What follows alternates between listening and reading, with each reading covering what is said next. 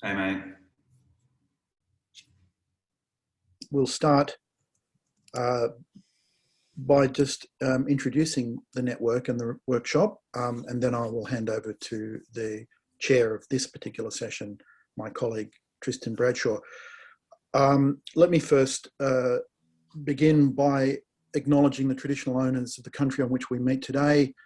I'm sitting on Gadigal land, the land of the Gadigal people of the Eora Nation, and we recognise their continuing connection to land, waters and culture, and we also pay our respects to their elders past, present and emerging. The Critical Antiquities Network, or CAN, was founded by Tristan Bradshaw and myself in 2020, late in 2019 in fact, to link scholars whose research takes place at the intersection of ancient traditions and contemporary critical theories. For Tristan and I, the idea of a critical antiquity is that the contemporary critique of modernity and the capitalist present finds its most powerful impetus in its dialogue with the thought, practice of the ancient world. We believe that it is not simply that antiquity offers an alternate pole from which to grasp the present in its historical situatedness, but rather we advance the more critical and radical suggestion that our modalities of critique are founded upon, and perhaps ought to be founded upon, the expansive dialogues that we enter into, consciously or unconsciously, with the form and content of antiquities performances, its literature, and its institutional practices. But our turn to antiquity is not a romantic one or a nostalgic one. In our view, antiquity simultaneously serves as a standpoint and an object of critique to enliven us to the possibilities and limitations of contemporary life. So far, the network has linked scholars in the UK, US, Europe and Australia for a forthcoming edited book on the role of antiquity in Marx and Marx's reception. And in addition to this workshop that we are running again in 2021, our hope is to organise further occasions for collaborative work, and a website is in preparation to raise the profile of this area of research and its proponents. So with that introduction, I now turn to my colleague Tristan Bradshaw, who will introduce our distinguished speaker today. Thanks, Ben. Yes, so today we are delighted to host Matthew Sharpe, who is Associate Professor of Philosophy at Deakin University. We're particularly thrilled to have him here today because I think Matthew really encapsulates the kind of interdisciplinary work with antiquity that Ben and I want the Critical Antiquities Network to represent. So if you could adequately summarise Matthew's research interests, and it's not easy given the breadth of his work, which is very impressive, and I think you'd say he works on psychoanalysis, critical theory, and ancient philosophy and its reception. And within those research areas, Matthew is particularly focused on the work of Slavoj Žižek, Albert Camus, Pierre Hadot, the Stoics, and the idea of philosophy as a way of life, or should I say the practice of philosophy as a way of life.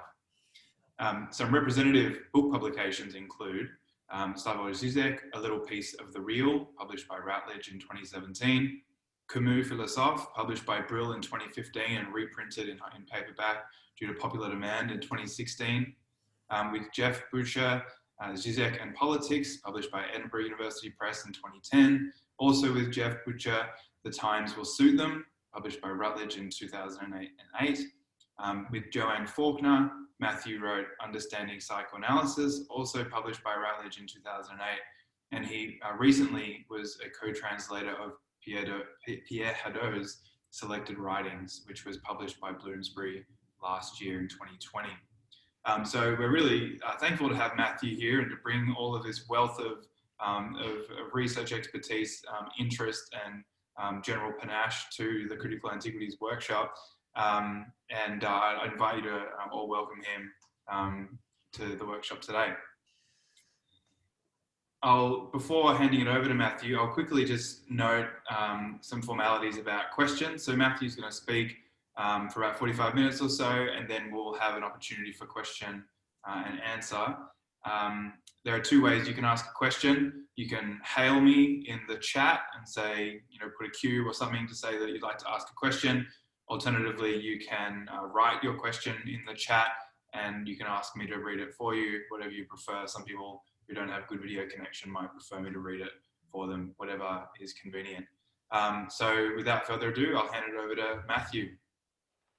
Thank you, Tristan, for that very humbling welcome. I'd also like to acknowledge that I'm on Bunwarran land today, and I acknowledge the elders past and present. So I will talk for about 45 minutes. And what I was thinking of doing is really trying to focus on the third part of my paper, which I think is the most, I mean, I take it from what I've read, the kind of the stuff that might be new, and I might be just ignorant about that, but certainly I haven't been able to find in looking around on the literature on the homotimus. So as people will know, the homotimus is a dialogue between two characters. The main character, I guess, the eponymous character is homotimus. He's about 60. He's been philosophizing in his own way for 20 years when we meet him. And we meet him through the eyes of, and in discussion with Lycinus in the Latin, I guess, rendering. I think it's safe to assume that Lycinus is certainly a lot closer to Lucian than homotimus. I know that there's a literature on Lucian's relationship to his characters. I think the kind of the verbal similarity of the two names certainly suggests this as well. So homotimus is a Stoic. He's, as I say, been working for 20 years. He has a particular teacher that we learn about. And basically Lycinus finds him, as we'll see, on his way to class, and accosts him and asks him in a more or less, I guess, Socratic fashion to explain how it is that he came to become a Stoic and why it is that he became a Stoic rather than a philosopher of any of the other schools, namely at that time, of course, Epicureanism, Platonism, Aristotelianism, or perhaps Cynicism as well. And that's the setting of the dialogue, which I'm presuming that many of you will have read. And my exposure to the dialogue, I can't quite remember when I first read it, but it really surprised me because it wasn't altogether similar to Lucian's other texts, for a start. And it seemed to me to be strikingly relevant and to really speak to issues that I've experienced as a student and as a teacher in terms of thinking about philosophy and philosophical pedagogy and, you know, the strange phenomena that are described very casually by sociologists when they talk about intellectual fashions.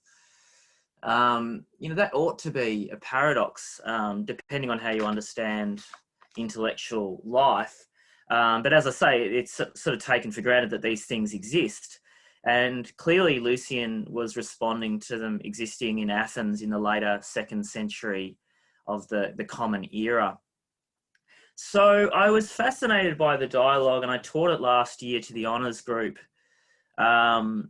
And tried to convey my fascination, I don't believe with utter success, to them and its relevance.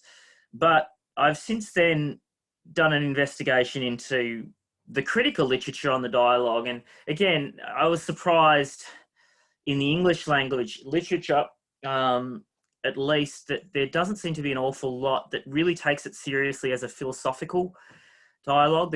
There are texts in which it's more literary and rhetorical aspects are dealt with very well. But as a representative statement, a piece by Edwards in 1993 in a classics journal entitled Lucian and the Rhetoric of Philosophy more or less tells us on the first page that the dialogue is tedious and its major part is given over to dismissing, quote, with comprehensive sophistry, the idea that you can rationally choose a philosophical school. That seems to me a little rough on Lucian and Lycinus. I don't know whether it's a comprehensive sophistry. I mean, it might be imperfect reasoning, but comprehensive sophistry implies a good deal more than well-meaning failure, doesn't it? So I guess that further inspired me when Tristan approached me to think about trying to actually put something down in writing, as well as lecture notes on the text. Okay, so there's two sort of components to the paper. The first is more philological. I want to suggest that the intertext, the key intertext of Lucian's Hermotimus is actually Plato's Republic 6 and 7. And I'll try to establish that point with you, obviously, as we go. Obviously, there are key references also to the Meno, I think, when we deal with what's the homotimous paradox, that either you know too little to choose a philosophy wisely, or too much to need to choose a philosophy at all.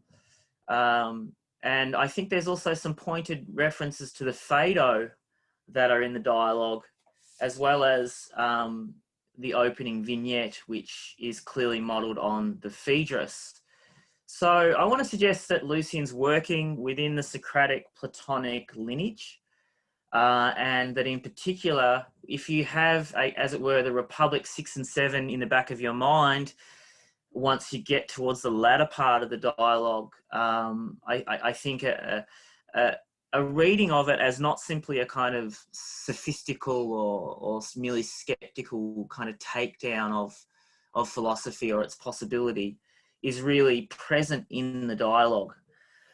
I want to suggest instead that it's a critique of certain modes of philosophizing that Lucian is making in order to delineate, enucleate a more, in his view, attractive mode of philosophizing. So it's a critique to purify philosophy rather than a critique to destroy philosophy. That's how I have certainly always read the text, and I want to try and defend that reading to you today.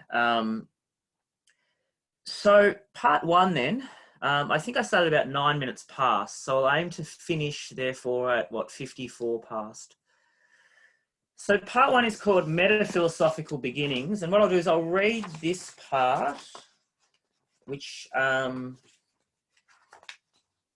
should take about 10, 12 minutes, and then I'll just run through the Elenchus, and then I want to read the final part, because that's where I, as I say, I try to defend this Republic philological link, and also therefore the philosophical claim about Lucian's positioning. So part one is called Metaphilosophical Beginnings, the Frame and the Goal. So this is concerning the opening section. Most commentators acknowledge that sections 1 through 14 have a kind of sectional status, as it were, in the text.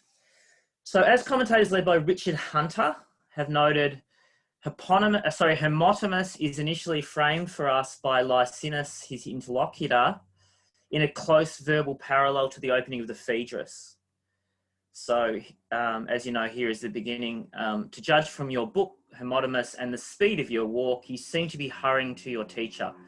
You were clearly thinking something over as you went along. You were twitching your lips and muttering quietly, waving your hand this way and that as though you were arranging a speech to yourself, composing one of your crooked problems, or thinking out some sophistical question.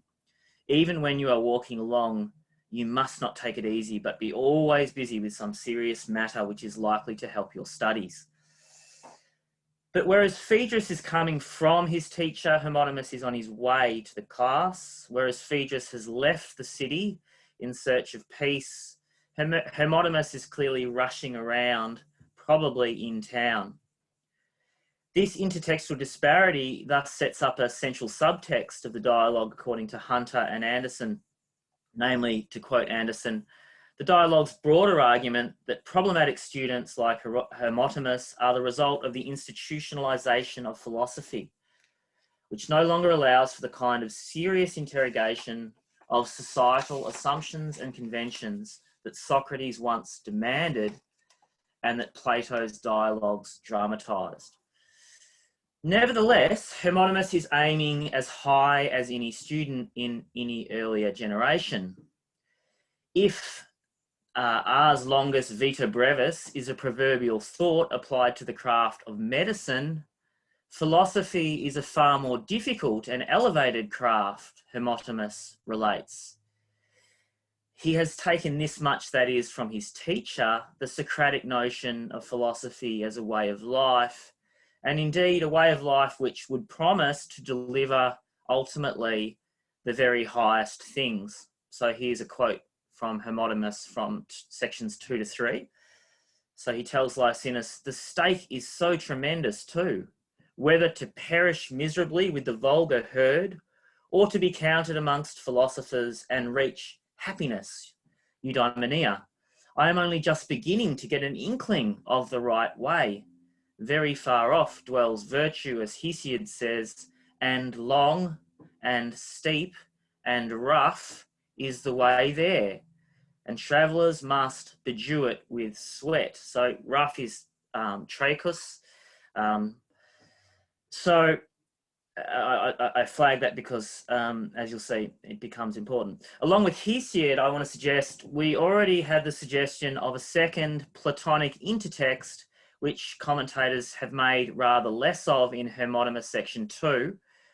And then again in section 3, which I think is determinative for understanding the text, which is the rough ascent, Thakias, Tais, Anabasios, forgive my Greek pronunciation, it's terrible, of Plato's Republic 7.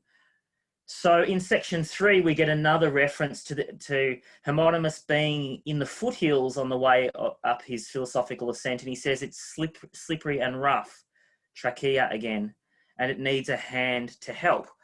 Now, you can really think there of the Republic 5:15 or so, slippery and rough path, a hand to help, and so on. So this intertext, I think, is also underlined by the second kind of image we get introduced to of the ideal life promised by philosophy. This is that of a perfected city in speech, which Lycinus introduces at section 22.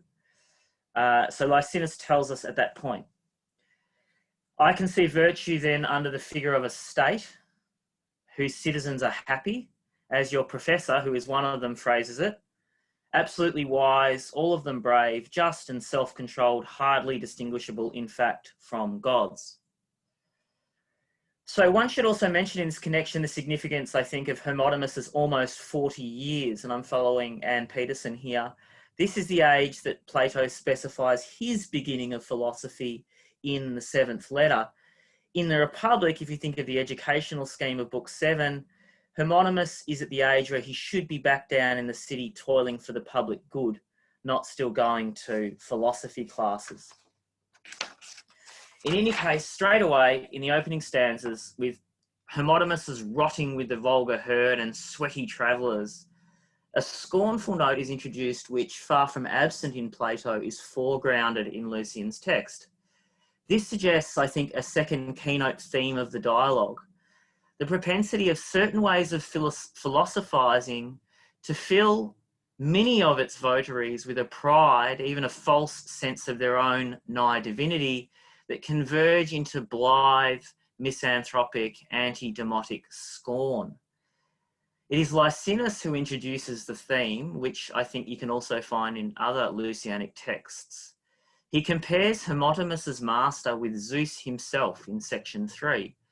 Well, he says, your master can give you what you want. From his station on the summit, like Zeus in Homer, with his golden cord, he can let you down his discourse, and therefore haul and heave you up to himself and to the virtue which he himself attained a long time ago. So clearly Lycinus and Lucian are riffing here with, passages that you can find in ancient philosophical texts which do suggest something like a kind of divinization of the philosopher, or their state of serenity as akin to that of the gods, or living in the blessed isles and so on. Yet I think Lycinus is clearly being ironic, and his irony is completely lost, I think it's fair to say, on Hermotimus, who just responds by saying, you haven't got it right, Lycinus. You must understand this isn't a thing as you conceive it that could be won and captured in a short time, though myriad Alexanders were to assault it. So I guess it's philosophy as a height again, being assaulted by Alexander the Great, but many would climb this height if it could be so conquered, but evidently it can't be so conquered. So that hasn't happened. So it's this great contemplative elevation that Hermotimus hopes to achieve that explains his fidelity to his master, who has frankly told him that at least 2 Olympiads would be far too short a time to achieve the goal, and he's been going for 20 years. Once you get there, though, you get a heroic and godlike happiness, which Hermotimus explains in glowing terms in section 7. And the parallel that he uses there is of Heracles burning on Mount Aita before deification. And Hermotimus says, he cast off whatever of the human he had from his mother and soared up to the gods with his divine part, pure and unalloyed, sifted by fire. Even so, those I speak of are purged rather by the philosophic fire of all that deluded men count admirable. ... At such a height, he says, the philosopher will have the ability to, quote, look down upon the ants, which are the rest of mankind. This, I think, is a Lucianic citation of the ancient theme of the view from above, which Pierre Hadot has, of course, done so much to identify and analyse, including in Lucian, but not in this text.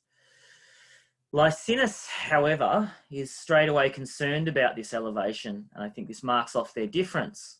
He wonders whether it's too much for mortals to hope for. Straight away, he comments with a concern that Hermotimus just misses completely. He says, dear me, to Hermotimus, what tiny things you make us out to be. We are not so big as the pygmies even, positively grovelling on the face of the earth.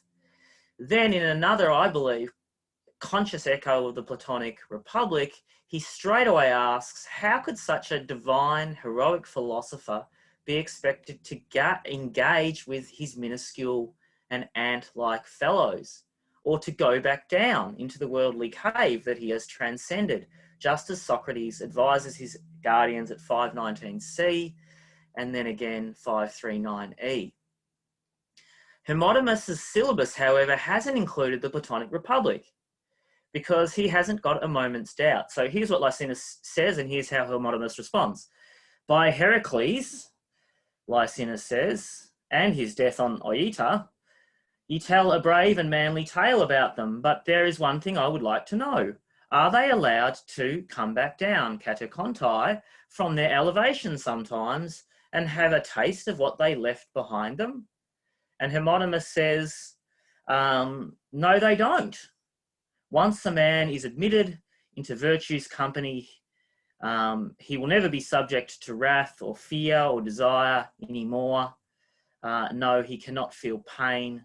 He cannot feel any such sensation. So, as readers, as you'll know from Lucian's other texts and from reading this text, Lucian really goes out of his way then in the remainder of this section, which I don't want to dwell on much further, to show that this ideal is clearly problematic when it comes to Hermotimus's own teacher. I think there's a kind of a ring construction in the text. We start off and we end off with vignettes of the teacher at sections 9 through 11, and then the returning vignette is 79 to 82. And in both cases, basically, this guy is he's shown to be subject to greed. He's irascible. He beats other people. He gets into a fight with another philosopher, a la Lucian's Symposium, and beats him over the head with a goblet as big as Nestor's at section 12 in order to secure a victory in an argument as to whether the Aristotelian objections to Stoicism were valid. His rival, incidentally, was named Euthydemus, which I invite people to comment on, because I haven't really thought what that means. But again, there are a lot of names in here from Platonic dialogues. Echecrates is another that Lucian seems to have hit upon by chance, inverted commas. So clearly what Lucian is saying, I think, by, on the one hand, presenting this highly elevated vision of philosophy, and on the other hand, raising these doubts straight away about whether it's too much, raising doubts, I believe, using the Platonic cave allegory as a background text, then showing this teacher who has these high goals and whom Hermotimus has such faith in, acting like anybody else. I think we get a sense of the meaning of the dialogue from those three counterposed thoughts. And the meaning of that dialogue is evidently going to be that a certain conception of philosophy is too elevated for humans. It's unrealistic, and because it's unrealistic, it in fact is going to facilitate vices rather than secure virtues. And this is why, of course, commentators see this text as a very negative text.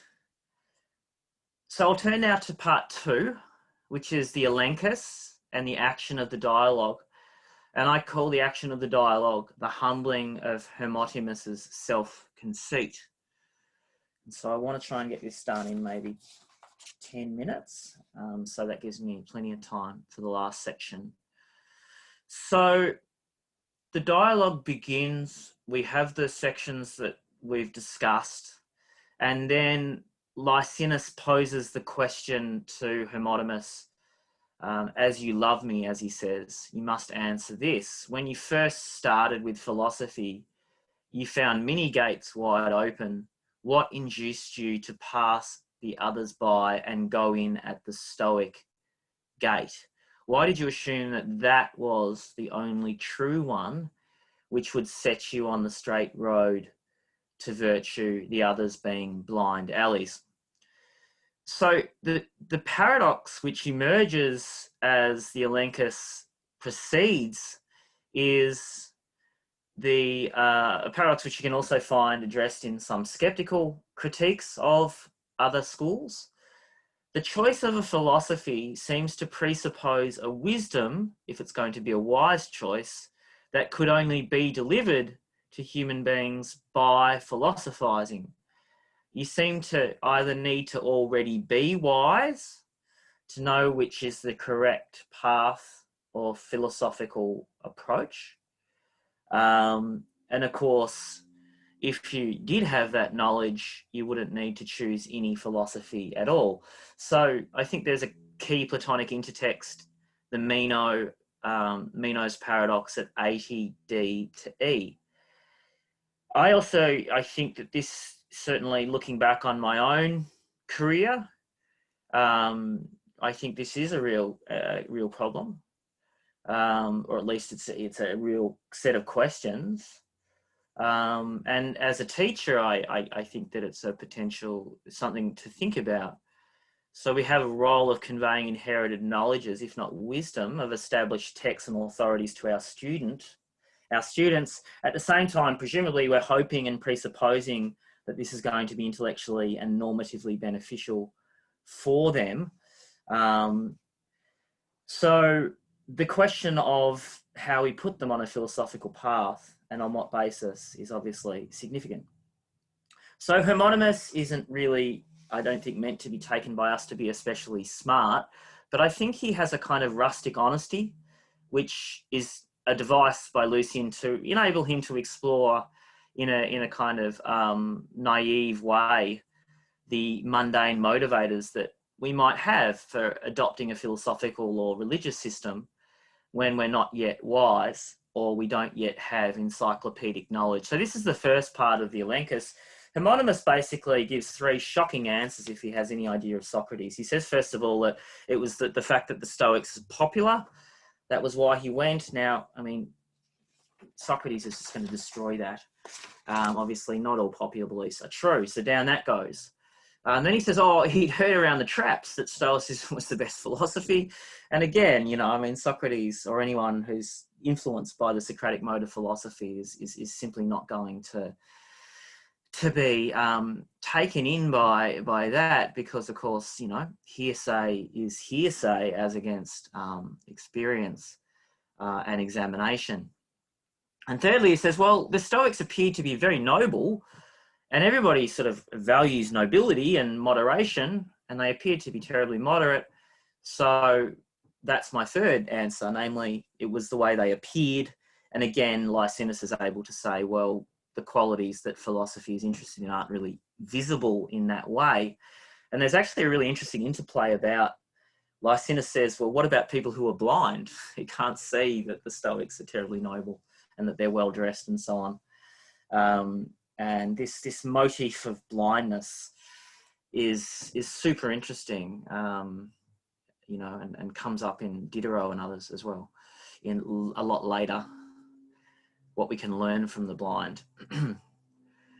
Okay, so they're the three first responses, and then Hermotimus becomes angry around section 20, and he does that a few times as he gets progressively more vexed, and he's progressively made to feel less and less secure that he has done the right thing by becoming a Stoic, and then following the school for 20 years. So that, I think, is the dramatic action of the dialogue, the humbling of Hermotimus, the removal by Elenchus of his dogmatic self-certainty and sense of superiority over the herd. So to resound the echo of the Republic, the process of being refuted in this dialogue, I think, is Hermotimus's rough ascent. I think it is his Heraclean philosophical purification by fire. It's just that he doesn't recognize it. He experiences it as something that is painful. It's ascent out of a dogmatic school or a dogmatic stance towards his own beliefs and towards the putative stupidity of others, whom he starts off, as we've seen, being potentially very dismissive of. So Lycinus takes over at section 20, and we get, at this point, the vision of the Republic of Sages as the goal of philosophy, which I mentioned above. That's 22 to 25. And then this becomes the new basis for the next section of the Elenchus, and the new formulation of this paradox. The issue is how you could get to such a utopian republic if you haven't seen it already, especially given that there are many paths proposed by the different philosophical schools. And some of them go east, he says, some of them go west, some of them go north, some of them go south. And then I think there's a clear reference to Xenophon's Memorabilia, where he says, look, some of them are terribly nice, well-watered and sweet. They don't have any obstacles, but others are rocky and harsh, proffering sun, thirst and fatigue. And I think that's a very probable reference to the famous allegory of Heracles again, isn't it? Who has to choose between the path of virtue, which is hard, unprofitable initially, but ultimately rewarding, and the path of vice, who is seductive and easy, as it were. Then there's the problem that at the entrance of each of these dogmatic paths, you've got a teacher who says that he is the true teacher. So again, which one do you believe? And Lycinus here raises this concern that the problem with each of these teachers is that none of them has travelled down the paths of their competitors. So at this point, I think we get another Platonic cave reference, because Lycinus says, look, if you've only travelled down one path towards wisdom, you're like a person who's grown up inside one country and never left it. You're naturally going to assume that everybody on the globe is like you. And I think that's another echo to Republic 5:15a to c, where Glaucon says these are strange people tied to these chairs looking at the chains. Sorry, looking at the shadows. And Socrates says, yes, they are like us. And of course, they know no better. And that's what Lycinus is saying. Being inside a philosophical dogma is like being inside Plato's cave. And then Hermodimus says, well, but you can still like learn from your teacher about other schools. I'm in the Stoic school and I can learn about the Epicureans from there. And then you get the next stage where Lycinus says, well, except that your Stoic teacher has every incentive not to have read them properly, to misrepresent them to you in case you leave the school, and so on. And you get the analogy of of kids making sandcastles that they're able to knock down, or an archer setting up a straw target nice and close so he can then just fire off his arrows and destroy it. Okay, so then we get another point of aporia. Hermodimus is getting more and more vexed about all of this, as you can probably understand. So far his motives for choosing Stoicism have all been undermined, and now we seem to be in a situation where choosing for any particular system is being undermined as a rational possibility. So Hermodimus bravely at this point, I think, takes over and shows some intellectual initiative and says we should put aside authorities and we should just make some analogies and see what we can come up with in order to justify the rationality of my becoming a Stoic in the way that I did. And he says, look, what if philosophy was considered to be like mathematics?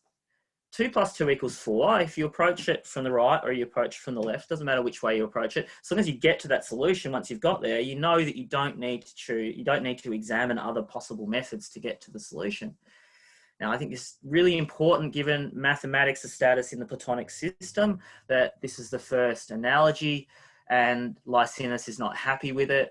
And I don't think many of us who've philosophized will think that 2 + 2 = 4 is a really good analogy to get us to the complexity of deciding between Aristotle and Plato.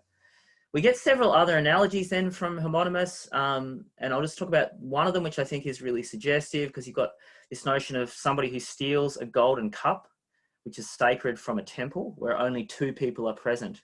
So philosophy is being prepared to stealing a golden cup from a sacred temple. And the idea is that, look, if we know that a Stoic is in the temple with an Epicurean and we find the Stoic red-handed with a golden cup, we don't have to ask the Epicurean, do you have the cup? Again, it's an unusual analogy. And Lycinus, I think, responds quite humorously. He says, well, if this is supposed to work as an analysis of, an analogy for a search for wisdom, when it comes to philosophy, it wasn't certain that the thing was a cup. And even if it is generally admitted that it was a cup, the philosophers won't all agree that it was a golden cup. And if it is well known that a golden cup is missing and you find a golden cup on your first man, does that really mean you shouldn't search the other? Are you really clear that this was a sacred cup? And do you really suppose that there could only be one golden cup in the world? At this point, Lycinus proposes the view that seemingly, in order to choose between the 5 extant philosophical systems in the ancient Greek and Roman world, you would need an encyclopedic knowledge of them all. And says, look, I'm not going to trust anybody, he says, unless they've gone through all of the systems and are able to, from that perspective, tell me which one is the best. Okay, now this obviously presents practical problems, and there are 2. And the first is what I want to call the inertial problem. And I think this is a real problem that we all face, of course. It's 11:43. Gosh, I've gone on much too long. The inertial problem is once you've committed to a philosophy, you've invested time and reputation in it, you've become an expert in it, you've taught it in public, you've spent time and energy, you've sunk a lot of costs into it. It's psychologically and perhaps professionally damaging at that point to actually change your mind and to admit that you were wrong. That's the inertial problem. The other problem is what you can call the longevity problem. Hermodimus thinks that it'll probably take 20 to 30 years to attain full mastery of any one philosophical system. And this I think is probably a little tendentious. Anyway, the idea is it's going to take so long to examine all the philosophers before you choose that it's going to be effectively absurd. Hermodimus then breaks down again in terms of his faith in this process, and he's getting increasingly angry with Lycinus. Okay, there's a couple more analogies. Surely hearing one philosophical proposition is like seeing the claw of a lion, and you can infer the size of the lion from seeing the claw. Yes, but you need to know what a lion is first. Isn't it like drinking a draught of wine and you know that the whole bottle would be good? No, it's not, says Lycinus. It's more like a cask of assorted seeds, on the top wheat, next beans, then barley. So if you just pick something up from the top, unfortunately, you don't get to know what everything else in the cask is. And again, these are all therefore knocked down as possibilities. Leading to the final possibility, as Lycinus says, maybe they're all deluded. Maybe the truth is something which no philosophy has yet found. In the same way, all philosophers might investigate the nature of happiness. They're coming to different answers like pleasure, the fine, and so on through the list. However, maybe eudaimonia is not one of these. Maybe it's not one of these at all. Maybe it's something else altogether. And this is the final philosophical argument that leads Hermotimus to really despair of the possibility of philosophy. And at the end of the dialogue, as we'll talk about, he more or less thinks that he's going to be quit of philosophy, and he's certainly going to leave his philosophical school. So I've left myself rather less time than I wanted to talk about the most important stuff. So, you know, you can see why people say this dialogue, that's its action. It's got to be skeptical. There can't be anything positive about philosophy going on here. We've got a sophist, Lycinus, who just knocks down argument after argument and leaves his interlocutor despairing. I think, however, this is an incomplete reading of the dialogue. I think we get keyed that this is the case at 24 to 25, when we get a completely, in my opinion, unironic description of the goal of philosophy as a city of sages. I don't detect any irony in what Lycinus says when he describes this city where all citizens, he says, are aliens and foreigners. They include numbers of barbarians, slaves, cripples, dwarves, and poor. In fact, anyone is admitted, for their law doesn't associate the franchise with income, shape, size, or beauty, old or brilliant ancestry. These things aren't considered. Such distinctions as superior and inferior, noble and common, bonded and free, simply do not exist there, even in name. Hermotimus, I think, is right when he says, oh, that sounds amazing. You see why I'm so excited about philosophy. And Lycinus, I think, again replies at this point without any irony, using the verb, the Platonic verb, or the Platonic word for philosophical desire. He says, your eros is mine too. There is nothing I would sooner pray for. If this city had been near at hand and plain for all to see, I assure you, I would never have doubted. It's just that it is exceedingly far off. So I think as something which occurs in this opening section, I think this is a significant moment to suggest that Lycinus just isn't this kind of bitter, skeptical individual who just wants to kind of tear down the possibility of philosophy. I think the action of the dialogue is well described in the Sophist, the famous passage in the Sophist 230b to d, where we get the description of the work of the Elenchus in the mouth of the Eleatic stranger, where he describes ignorance being involuntary, and therefore the precondition for learning is that you need to take away the false sense that people have of knowing things that they do not. And when you do that, the person will become angry with himself and gentle towards others, and will be gently delivered, or entirely delivered from great prejudices and harsh notions, in a way that is amusing to the hearer and produces the most lasting good effect on the person subject to the operation. By the end of the dialogue, I put it to that's what's happened to Hermotimus. In place of a conceited would-be deity looking down on others like ants, Hermotimus tells us that he's repentant. He's in anguish at himself, he says. I've wasted my time like a fool within a single dogmatic school. his fate now, I think, actually becomes close to that of Zeno, the actual founder of the Stoics, because he says, I'm like somebody who's been saved from shipwreck, and I need to give thanks for salvation today. I need to shave my head because a heavy mist has been shaken off my eyes. So basically, that's my claim, and here's my main evidence. I want to claim that there are different sections within the Elenchus where Lycinus tries to indicate to Hermodimus that philosophy is something different and potentially more elevated in a different way than what Hermodimus has understood it to be. What are those passages? Okay, the passages in question are 29 to 30, 64 and 68 to 69. Progressively, we get the notion of epoche in 28 to 29.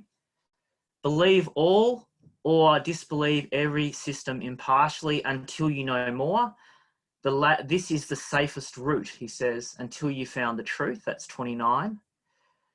Section 30, having suspended judgment, try to gather as much information and expose yourself to as many perspectives as possible, like jurors in a law case, section 30. You ought to hear both sides alike with a view to sifting the truth from falsehood by comparing arguments. And this is this is returned to a comparison with the Areopagus judging cases at night time when they can't see the litigants is also used. But I think it's the 60, 64, 68, 69, I think, give us the most robust accounts of what you need to be a good philosopher. The greatest thing, indeed, is what is described at section 64. Once you've gathered all your views and you need to have something else, Lycinus says, and Hermodimus says, what's that? And Lycinus says, why? A critical investigating faculty, mental acumen, a precise and impartial understanding. Without this, the completest inspection will be useless. One must therefore say that the owner of these attributes must also be allowed not a little time to collect rival candidates together and make his choice with long lingering and repeated deliberation. And then the Areopagus comparison comes in. Now, Hermodimus completely misses this. He says, oh, this is going to take forever. You won't be able to do this until you're dead, which looks like a pretty strange reading of the not a little time, uk oligon chronon. In case we missed the reference, anyway, 4 sections later, Lycinus comes back to it and gives a slightly variant formula concerning the epistemic virtues of the true philosopher. He says, if you want to discover the truth, your one and only sure or well-founded hope is to possess this power. You must be able to judge, crinine, and separate choritzine, truth from falsehood. You must be like an assayer who has a sense of true or forged coin. If you do have these this power or craft, then I would have nothing to say to you. But without it, there is nothing to prevent others from leading you by the nose. Okay, so I've got 1 minute to go, and I've got my most important argument in terms of the Platonic connection to come. You can take a couple of minutes. All right, Matthew. Is it terribly, terribly bad to just go for a few minutes over? Okay, so I'll just explain it. You'll remember that in Book 6 in the Divided Line of the Republic and Book 7 in the account of the education of the Guardians, Socrates makes a very important distinction between understanding or dianoia, which he associates with the mathematics, and dialectic, which he singles out as philosophical. And it's, I mean, these are difficult passages, but one of the key markers of the difference is that when you're in dianoia and you're working like a mathematician or a geometer, you're more or less saying, let us accept for purposes of this investigation that, and then you lay down some axiom. And on the basis of that axiom, you make a construction or a demonstration. What dialectic does, which is different, is say, yeah, but what about our axioms? Where do they come from? What's their status? Are they certain? How can they be established? and begins a process of reflection on those axioms, which will ultimately, according to Plato, lead you up towards the idea of the good, or the good itself. Now, I want to suggest to you that basically what Lycinus is doing and Lucian's doing is he thinks systematic philosophy is like dianoia. He thinks systematic philosophy is, let us accept that, you know, there is something called being, or whatever it might be, the other, or whatever the particular axiomatic starting point might be. And then we, having accepted these starting points, we move within the system. We develop, the philosopher first develops the consequences, the inferential consequences and implications, both theoretical and practical, of this initial standpoint, and then becomes progressively over time, because of the inertial problem, unable to reflect back upon and ask whether, well, what happens if those first axioms were partial or incorrect, or limited, or useful only for certain kinds of investigation, but not for others, and so on. And I want to suggest to you, in ways that I could only do by actually reading this paper, that there are all sorts of cues in Lucian, in the latter sections of this dialogue, that this is exactly what is going on. Most importantly, when he gives a description of the real problem that Hermotimus faces at 68 through 69, and then again into the 70s, he says, look, straight away, he says, what you've done by philosophizing the way you've done, Hermotimus, is it's like you've listened to a poet who at the start of his poem says, let's imagine a man with 3 hands and 6 eyes. And we, as listeners to that story, accept that and then we go along with the story. That's the first analogy. And then the second analogy is exactly with geometry. This is what geometry does, he says. It sets before beginners strange assumptions and insists on their granting the existence of inconceivable things like points having no parts and so on, and then builds on these foundations a superstructure which is equally rotten and pretends to go on to a demonstration which is true. Just so, he says, just so, you, when you have granted the principles of any school, believe in the deductions from them and take their consistency false as it is for a guarantee of truth. Now, that's a direct quote from 74 to 75. Now, that analogy, I think, really, I think, situates the text, unless I'm quite mistaken, directly in Republic between 509 and probably 540. Lycinus protests, it was at the start that you ought to have seen whether the first premises you accepted were credible or acceptable. But once you have accepted them, the rest will come flooding in.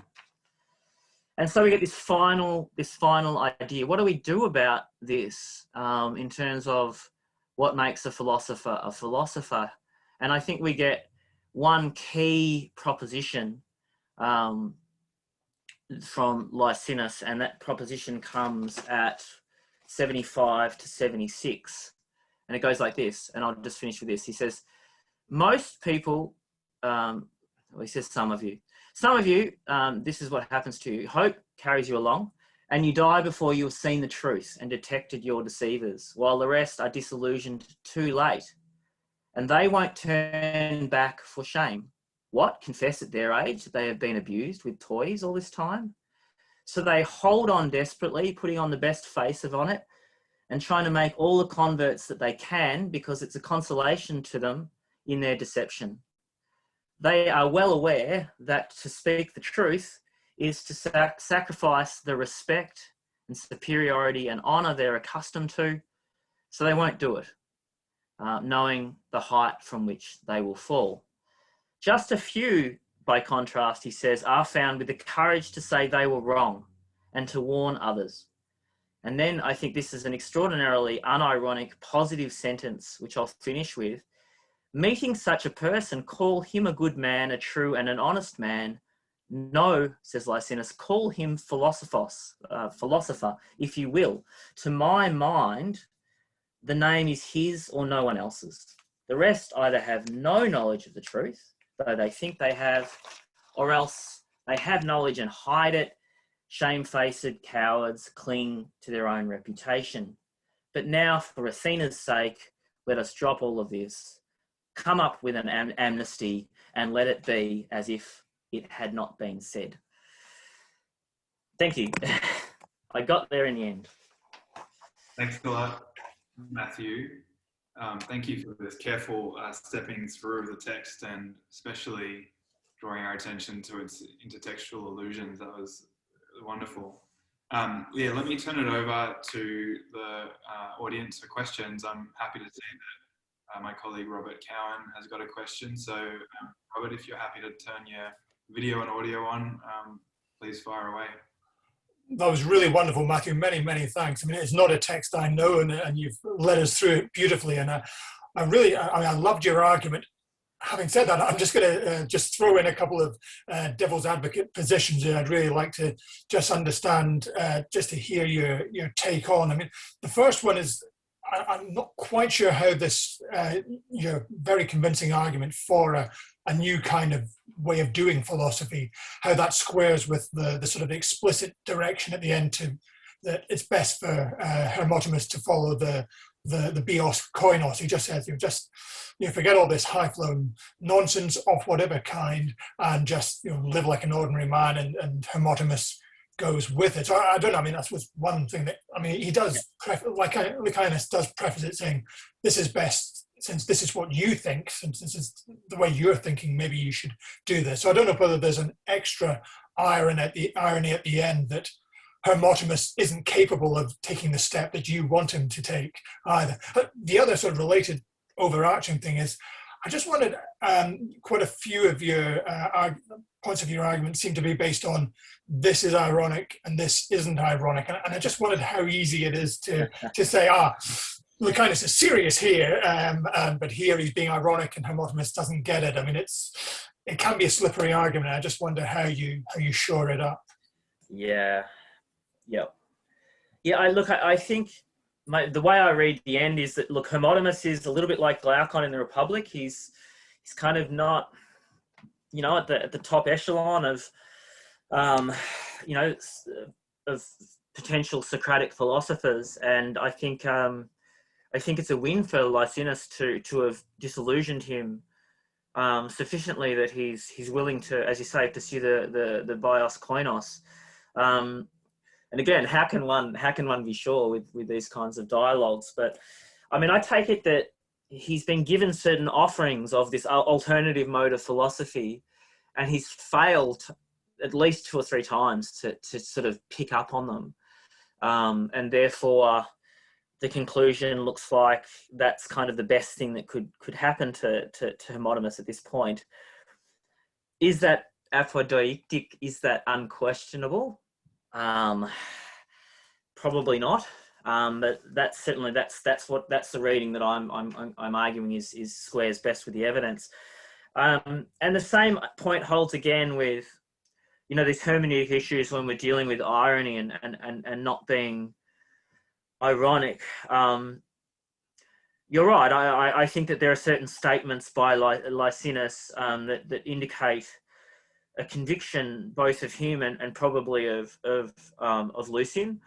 And I guess all you can do is examine the text and look at the context and see if there are any indications that come through to you that what is being said is not what is being intended. I certainly think that there are statements of Lycinus's, where he says that, that Hermotimus's master has already attained virtue long ago. That that seems to me to be at one end of the spectrum clearly ironic. And then there are other statements like he says, well, if you find somebody who's able to say, look, I followed this system for 15 years and then I realized there were good objections to it and I dropped it. I think Lycinus is really, he thinks that's admirable, difficult, admirable, and rare. But again, we would have to just look at the text and the context and have that out, I guess. So yeah, I'm reading some statements as ironic and some as ironic, guilty as charged, and my evidence is textual and it's subject to textual contestation. Yeah. Okay, so Judith Stove has written a question in the chat. I think it is a question, though she says it's more of a thought.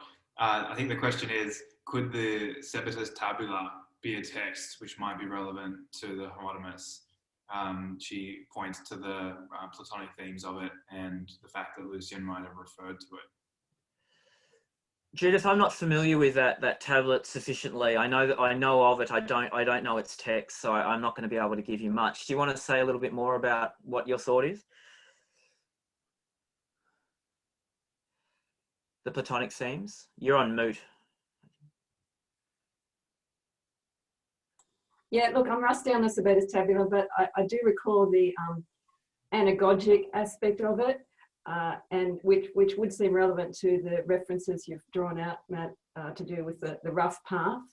And there's also an issue in the Sebetus tabula to do with mimesis, also a contrast between, true paideia and pseudo paideia. It seems to me some of those things might be relevant to the homodymus as well. Thank you so much. Yep. I'll take that as a guiding question. Thank you. Yeah. It sounds plausible to me. Yeah. I have a question if I'm not taking anyone else's place. Matthew, I wondered, to what extent do you think Lycinus needs to see homodymus pursue dogmatically a particular philosophical way of life in order for Lycinus to recognize the wisdom or the benefits of the ordinary life? And so to what extent does Lycinus still rely on this a dogmatic philosophy or a particular philosophical school in order to be able to recognize that that's not the path to happiness? And I ask because it strikes me it could be another element of the Socratic features of the text, because of course when Socrates hears that he's being proclaimed by the Delphic oracle to be the most wise person in the world, the only way that he can establish what this means is by going around and questioning all of these other so-called wise men and realizing that they don't understand. And so there's this intersubjective dimension to Socrates realizing his own wisdom, and in that way he relies absolutely on the fact that these people have pursued wisdom erroneously. And so I wonder whether there's some way in which Lycinus also relies on someone having erred in this way to actually come to the position of recognizing ordinary quotidian wisdom. I think that has to be right. I think that has to be broadly on the mark. We don't learn a lot about Lycinus' his kind of biography. There are a couple of vignettes where we do learn that he's 40 at the moment, roughly, as I said. So he's refuting a 60-year-old guy, and he's 40, which is interesting. But he says that he heard the story about the city in speech some time ago, maybe 15, 20 years ago. And he wasn't ready to understand it or to take it seriously, he says. I can't remember the exact expression that's used, and he's now almost a little repentant that he didn't take seriously. He says he heard it from an old man. And who is the old man, I guess. But I mean, that's as far as we know from what Lucian says, unless I'm mistaken about his kind of biography. But I mean, is this kind of philosophy in some ways dependent upon what it refutes? I mean, I think it must be. I mean, I think practically it certainly is. I mean, I don't know whether they'd stand against it, Tristan, if that's the implication. I don't think that was your implication, but I mean, I think clearly that, yeah, Socrates relies on people who aren't Socrates, I guess. I mean, Lycinus presents himself initially as kind of, you know, genuinely interested in what Hermodimus has to say, as if, you know, maybe he was onto something by doing this. I mean, that's probably ironic. But, you know, obviously that's Socrates' self-presentation as well. Maybe this person is the person who actually is wise. So, you know, I need to adopt that position of the elenctic kind of interlocutor. I mean, it's really interesting that this business of the common life at the end, and this kind of really demotic strain that you find in a lot of Lucian's texts, I think, which is, I mean, people here are better learned than I am in this period of cultural history, but it seems quite radical in Lucian, like this kind of egalitarianism. It's the statement of the city in speech in this dialogue is evidently not that of the Republic.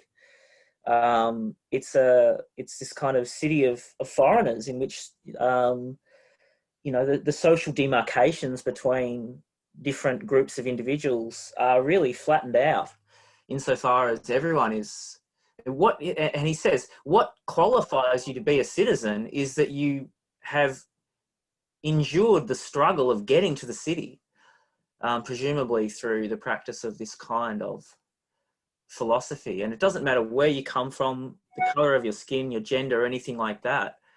I mean, since there are classicists here, I'd be fascinated. Are there similarly utopian, radically egalitarian statements that we can find? Maybe Zeno's Republic in the Stoic tradition, but yeah, that's, I guess, a question back to the group. Yeah, that's an interesting question. Yeah, Ben suggests mystery cult. Ben, do you want to elaborate on that? Thanks, Robert. Well, He's got a question, I mean, I think, as well. Yeah. It's just a note, nothing necessarily to be elaborated on, but all mystery cult is a hyper egalitarian in that sense. Okay. So there's that at least one reference to the mysteries in the text as well. Which mysteries? Oh, I'd need to now get the text and look. I think it's the Lycinian. I mean, I'm pretty sure that'd be it. Yeah. Yeah. Well, in the end, Christianity gets most of its egalitarian rhetoric from mystery cult, I think. Insofar as Christianity is a Hellenistic mystery cult of a kind, but the Eleusinian mysteries most definitely effaces all identities melt away in the face of the human condition, mortality. All that's required is that you can understand talegomena, the things that are said. Yeah, so that's, mystery cult's really interesting in that sense, because mystery cult opens up a space in which a radically alternate form of the definition of the human can insert itself over and above, or even in opposition to that of the city, I think. Thank you. That's really interesting. As I say, I'm 95% sure there's at least one reference to the Eleusinian mysteries in the text, but I don't actually have it at hand. But yeah. Dimitri has a question. Dimitri, have you got something to say? Yeah, it was actually really a continuation of the first question, but I didn't kind of manage to put my hand up quickly enough. But Matthew, thanks for the presentation. It's a dialogue that I did not know, but you know, what strikes me with Lucian is like, you never quite know where he stands, because it's so hard to know you know, whether he's sympathetic to one school and whether he's attacking the other school. Like, he's such a slippery character. And I was just wondering, also in terms of kind of, you're responding to the first question about why do you say that there is irony here, not there? What do you make about that slippery aspect of Lucian? It wasn't really foregrounded in your presentation. Like, where do you think Lucian stands? Is he just critical of all philosophies, or do you see him as sympathetic to one school or another? That kind of, it's not really a question. Just give us the context of how you understand the context, you know? Yeah. there's a lot of commentary that suggests that he's a cynic. And I think the last word of this dialogue is, unless I'm mistaken, dog. And there are other cues around the place, and Menipus and his use of Menipus as an avatar is something that people point to. I guess what I'm suggesting is, I think that while there are good arguments to suggest that he's overwhelmingly closest probably to the cynics of any kind of more or less dogmatic stance.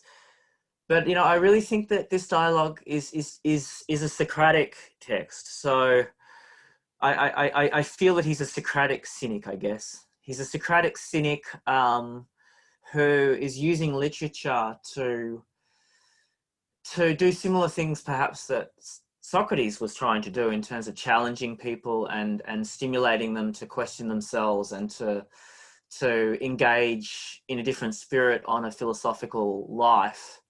He's clearly really angry with institutionalized philosophy under Marcus, and you know he comes to Athens as a relatively, I think, mature guy. He's tried rhetoric. He's been a rhetorician, I think, and he's come to philosophy. And I think he had terribly high expectations of what he was going to get from his time in the.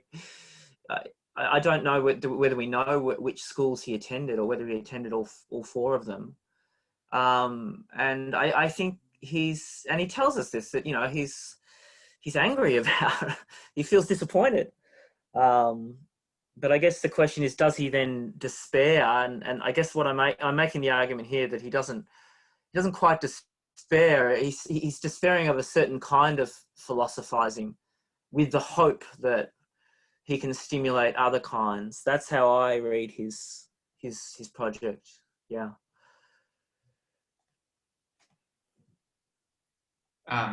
Mitchell Sterzeka has asked, following on from what you say in your abstract, how does this dialogue influence your pedagogy, if it does? Yeah, thanks for this. It's a really good question because it's a hard question.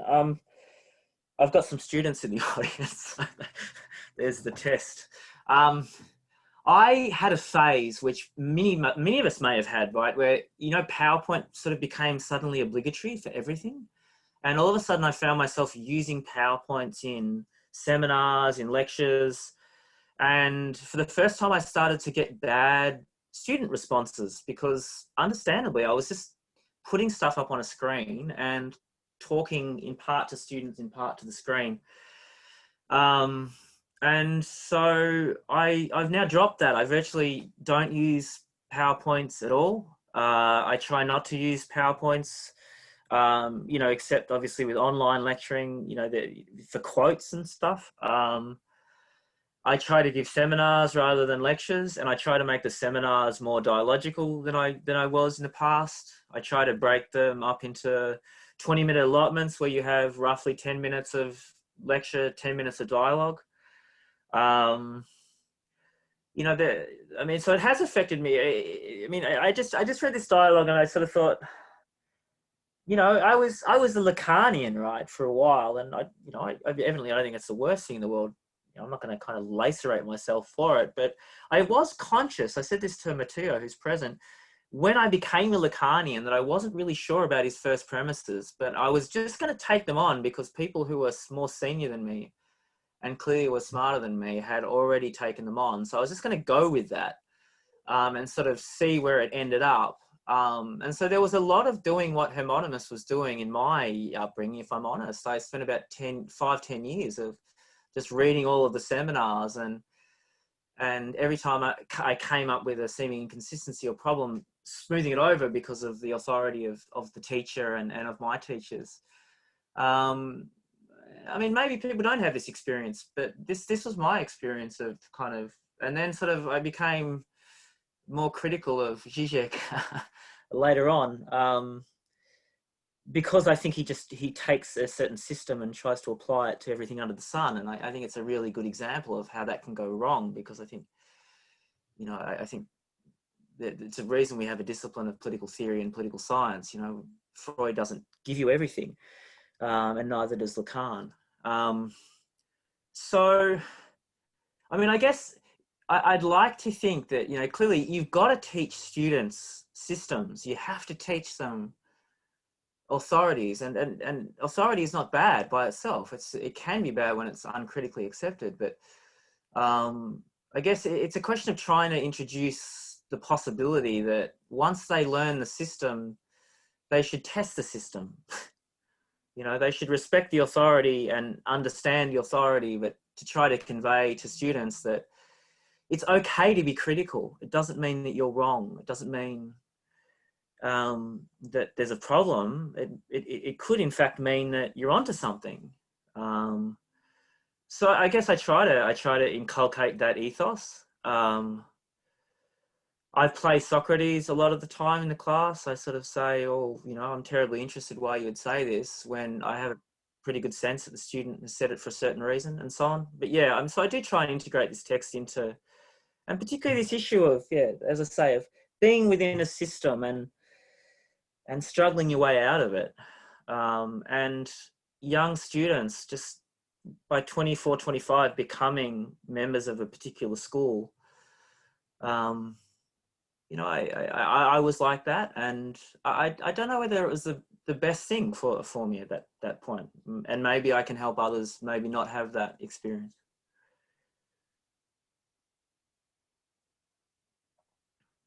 Are there other questions?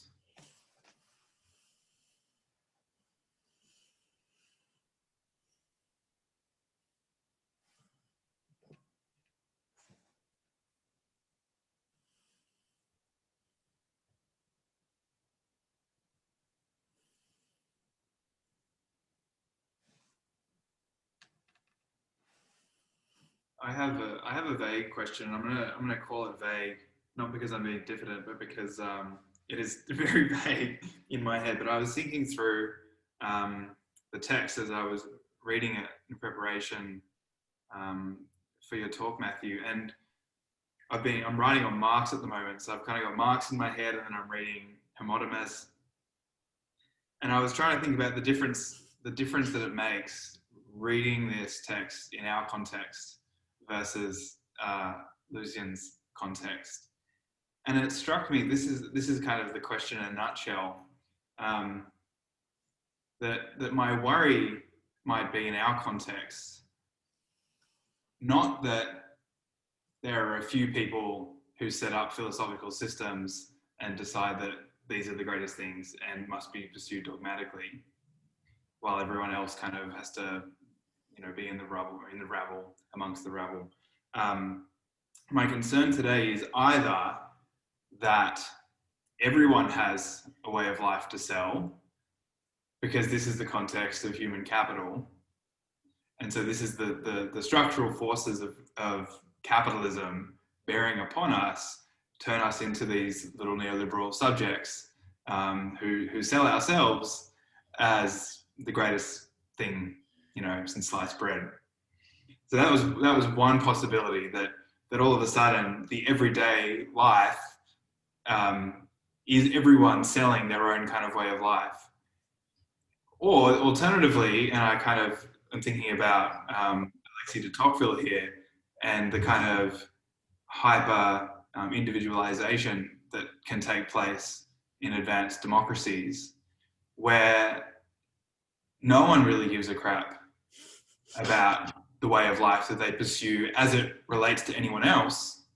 It's kind of just this very removed, indifferent kind of, yeah, I'll do my thing, you do your thing, don't worry about it, it's fine, who cares? And I think in Australia that's particularly applicable. And so then I was trying to think, okay, well, what does it mean to bring Lucian into this context and the Hermotimus into this context? Yeah, great questions. Can I quickly just add one more note? Something which struck me, which I hadn't made the connection before you brought it up again, but the encyclopedic knowledge of all philosophical systems that would be required is actually very close to what Marx says about the smooth functioning of exchange and circulation in capitalism, where producers have an encyclopedic knowledge of what is going to be deemed valuable by consumers. And he says in a footnote, it also presupposes an encyclopedic knowledge on the part of consumers as to the world of commodities, so that they can choose adequately between them and therefore lubricate the system that way. So anyway, that was just an interesting little tie there. Yeah. Let me take the middle one first. I'm sure many of us may have encountered in the classroom that kind of perspective that you describe, referring to de Tocqueville. You know, I teach a lot of these texts in my ethics course, a lot of Stoicism, a lot of Epicureanism, and the default position is almost a kind of really skeptical relativism, right? Which is generous and liberal in the sense that it's everyone has their own way. But you have a tough time in sort of getting them to take the Socratic prospect seriously, that thinking about stuff could potentially change your way of life, because there might be good reasons to change your way of life. And you'll often find students who will go with you and who'll take for example, the Stoic constructions that you give them, and they'll be really convinced, and they'll start to think, well, maybe virtue is the only good. And then 2 classes later, you'll notice that they've gone back to, yeah, but if I'm a Stoic, you know, it doesn't mean that Betty doesn't have to be an Epicurean, or Sam can be a skeptic. And it's like you're permanently fighting against that attitude that you've sort of described, I guess, which, as I say, has a generous side, but it's pretty deflating philosophically, because really you can't do much with it, because you have to somehow take that idea that maybe reasoning and thinking about things can actually mean something, you know, then you don't just go back to maybe everything that you believed before. Yeah, look, everyone does have a way of life to sell at the moment. Yeah, absolutely. Yeah. And you know, I sort of offside a little bit in the modern Stoic community. I'm not one of the founders or anything like that, but I've spoken, and you do encounter Massimo Pigliucci has called it $sign Stoicism, so $sign at the front, and there is that component to this. He's got a good article called $sign Stoicism, Broicism, which is the manosphere version, which is, you know, we're all going to get really tough and reaffirm Western civilization, which means misogyny, and then Stoicism, which he tries to distinguish from both of those perspectives. There's a lot of allusion to the manliness of the Stoics in the text, right? That when Hermotimus saw the Stoics walking around, it seems so butch.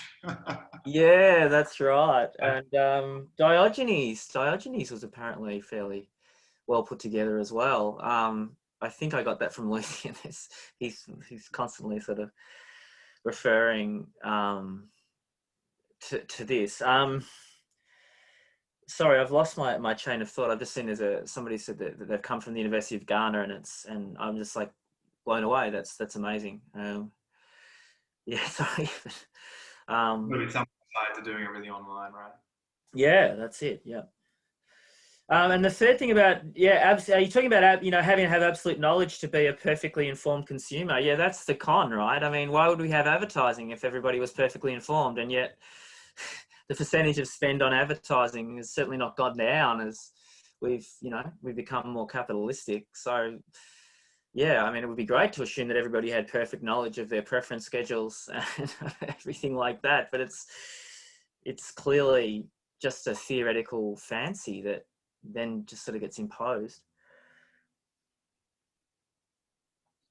Well, that's about brought us to the end of our scheduled meeting. So let me just thank everyone for coming. Sorry to Stephen, who joined us late, that we have to end at this point. But it was great to have you. Really great to have Matthew Sharpe. Thanks for your time and for sharing your research efforts and interests here. This has been wonderful. And we look forward to seeing everyone at subsequent events. Give us an email, shout us an email if you need the flyer or details on that. But that's it for today. Thanks a lot. Thanks, Tristan. Thanks for this great initiative too. yeah, just the whole idea of the Antiquities Network is awesome. So yeah, Thanks, Matt. keep it going. Yeah. Cheers. Thanks, Matt. All the best. All right, bye.